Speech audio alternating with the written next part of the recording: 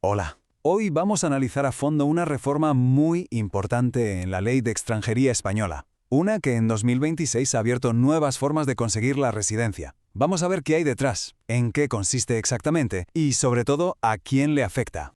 Bueno, pues el pistoletazo de salida oficial es este, el Real Decreto 316/2026. Esta es la norma que lo cambia todo, la que modifica el reglamento de extranjería para intentar dar una solución a realidades sociales que llevaban mucho tiempo sin una respuesta legal clara. Y para que nos hagamos una idea de la dimensión de esto, hay que quedarse con esta cifra, un 14%. Esa es la proporción de residentes en España que han nacido en el extranjero. Esto lo que nos dice es que la inmigración no es un tema secundario, que es una parte fundamental de la sociedad española de hoy en día.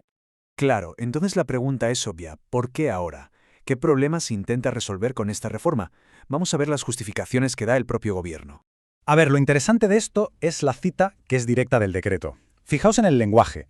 No se habla de la inmigración como un problema, sino como un hecho histórico, algo que es clave para el presente y para el futuro del país. Esto, desde luego, ya marca un tono muy concreto para toda la reforma. Aquí está el meollo de la cuestión. La ley lo que quiere es dar una respuesta a miles y miles de personas que, aunque viven y tienen sus raíces en España, estaban en una especie de limbo administrativo. ¿Y esto qué significa? Pues vivir sin poder trabajar de forma legal, sin un acceso completo a los servicios, en una situación de incertidumbre y vulnerabilidad constantes. El gobierno apoya la reforma en 4 pilares. Desde el punto de vista económico, se reconoce esa aportación clave a la seguridad social. Demográficamente, es una forma de hacer frente al envejecimiento. Y en lo social y legal, pues se trata de reconocer las aportaciones culturales y, muy importante, de proteger derechos y luchar contra la explotación. Vale, ya entendemos el porqué. Vamos ahora con la solución. Se crean 2 figuras nuevas para poder conseguir la residencia. Pero antes de nada hay que entender un concepto clave: arraigo. Es la base de todo esto. La idea es que una persona puede regularizar su situación si demuestra que tiene lazos, que tiene raíces en España. No solo cuestión de tiempo, sino de tener vínculos reales con el país. Y esto nos lleva a estas 2 nuevas vías. Por un lado, el arraigo extraordinario, para extranjeros que ya estaban en España de forma irregular antes del 1 de enero de 2026. Y por otro, el arraigo para solicitantes de asilo, pensado para quienes pidieron protección internacional antes de esa misma fecha. Venga, vamos a meternos ya en los detalles. ¿Cuáles son los requisitos exactamente? ¿Quién puede acogerse a estas nuevas autorizaciones? Una pregunta fundamental, claro, porque aunque son 2 caminos distintos, los 2 comparten una serie de requisitos comunes, así que empecemos por ahí. Bueno, pues estos son los filtros básicos que se aplican a todo el mundo. Primero, lógicamente, hay que estar físicamente en España cuando se pide. Segundo, demostrar que se ha estado aquí al menos 5 meses seguidos. Tercero, no tener ya otro permiso de residencia en vigor. Y por último, un requisito que es fundamental: no tener antecedentes penales. Bien, pues para el arraigo extraordinario, además de todo lo que acabamos de ver, hay que dar un paso más. Hay que demostrar esas raíces, esos vínculos, de una de las 3 maneras que vamos a ver ahora. Aquí están las 3 opciones, y ojo, que solo hace falta cumplir una de ellas.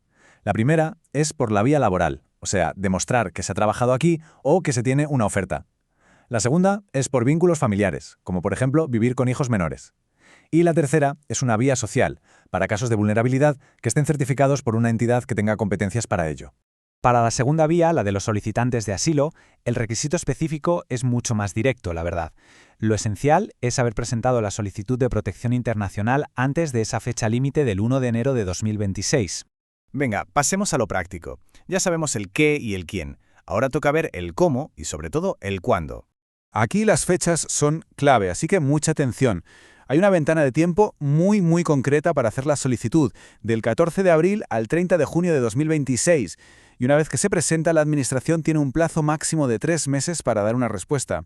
El proceso se hace realidad con formularios como este, que es el modelo EX32 para el arraigo extraordinario. Ver el documento oficial como que lo hace todo más tangible, ¿verdad? Pues este es el papel que lo empieza todo. Y esta es una de las grandes preguntas. Para mucha gente, conseguir este papel de su país de origen es, una misión imposible. ¿Qué ha pensado la ley para estos casos? Pues aquí está la solución que se ha previsto. Se puede presentar lo que se llama una declaración responsable.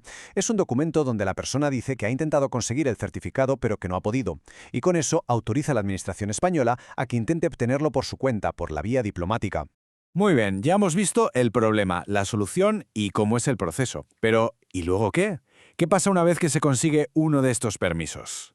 Pues el resultado de una solicitud aprobada es una autorización de residencia temporal, que al principio tiene una validez de 1 año. A partir de ahí, claro, se abren un montón de posibilidades.